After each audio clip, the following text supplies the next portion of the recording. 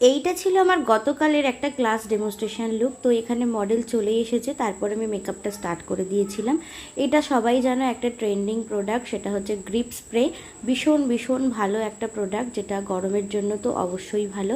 এখানে আমি অ্যাফ্রেলিজার একটা ময়শ্চারাইজার ইউজ করে নেওয়ার পরে এখানে রিকর্ডের একটা গ্রিপ প্রাইমার ইউজ করে নিচ্ছিলাম। দেখো গ্রিপ প্রাইমারটা আমার যতটা কোয়ান্টিটি লাগে ততটাই আমি ইউজ করে নিয়েছিলাম, এবং তারপরে একটা জিনিস দেখিয়েছিলাম যে গ্রিপ প্রাইমার লাগানোর পরে মেকআপটা কতটা ড্র্যাগ হচ্ছে। তো প্রায় 5 সেকেন্ড হবে তো আছে, বা 10 সেকেন্ড হবে তো আছে। তো এই যে কিছুক্ষণও থাকছে, এই জিনিসটা থাকতো না কেন বলো তো? এই গ্রিপ প্রাইমারের কাজ হচ্ছে যে কি, আমার দিকে ঘোরা একটুখানি। এই গ্রিপ প্রাইমারের কাজ হচ্ছে যে এই যে যেমন এই কাঁটাটা ওর ফেসেতে লাগিয়েছিলাম, কিছুক্ষণ আটকে রেখেছিল। গ্রিপ প্রাইমারের কাজ কি? গ্রিপ প্রাইমারের কাজ হচ্ছে যে সেই জিনিসটাকে আটকিয়ে রাখা। এখন অনেকেই হচ্ছে কি ড্র্যাগ প্রুফ মেকআপ করছে, ড্র্যাগ প্রুফ মানে ওয়াটার প্রুফের নিউ ভার্সন ড্র্যাগ প্রুফ।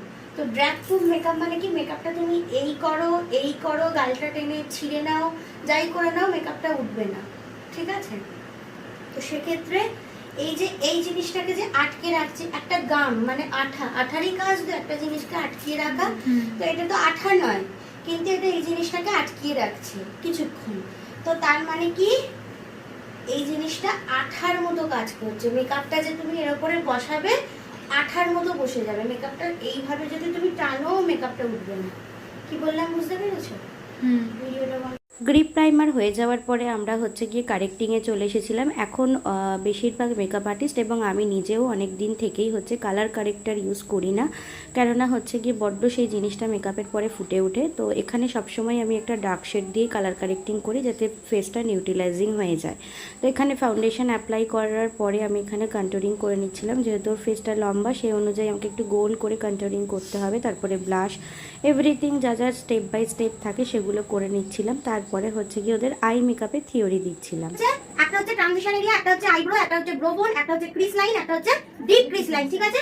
আচ্ছা, এটা আমাদের চোখ। এই যে চোখের যেখানে আমরা লাইনারটা বাড়াই, ওই জায়গাটাকে কি বলা হচ্ছে? Inner corner. কি ইনার কর্নার? কর্নার মানে কি? কোণ, তাই তো? আর ইন মানে কি? ভিতরে, মানে ভিতরের দিকের কর্নার। তাহলে এই চোখের ইনার কর্নার যদি এই দিকে হয়, তাহলে এই চোখের ইনার কর্নার কোন দিকে হবে? মানে নাকের সাইডটা হচ্ছে ইনার কর্নার, ঠিক আছে? এইটাকে বলা হচ্ছে ইনার কর্নার। আর আউট কর্নার মানে এই বাইরের কোণটাকে বলা হচ্ছে আউট কর্নার। লিখেছো তো?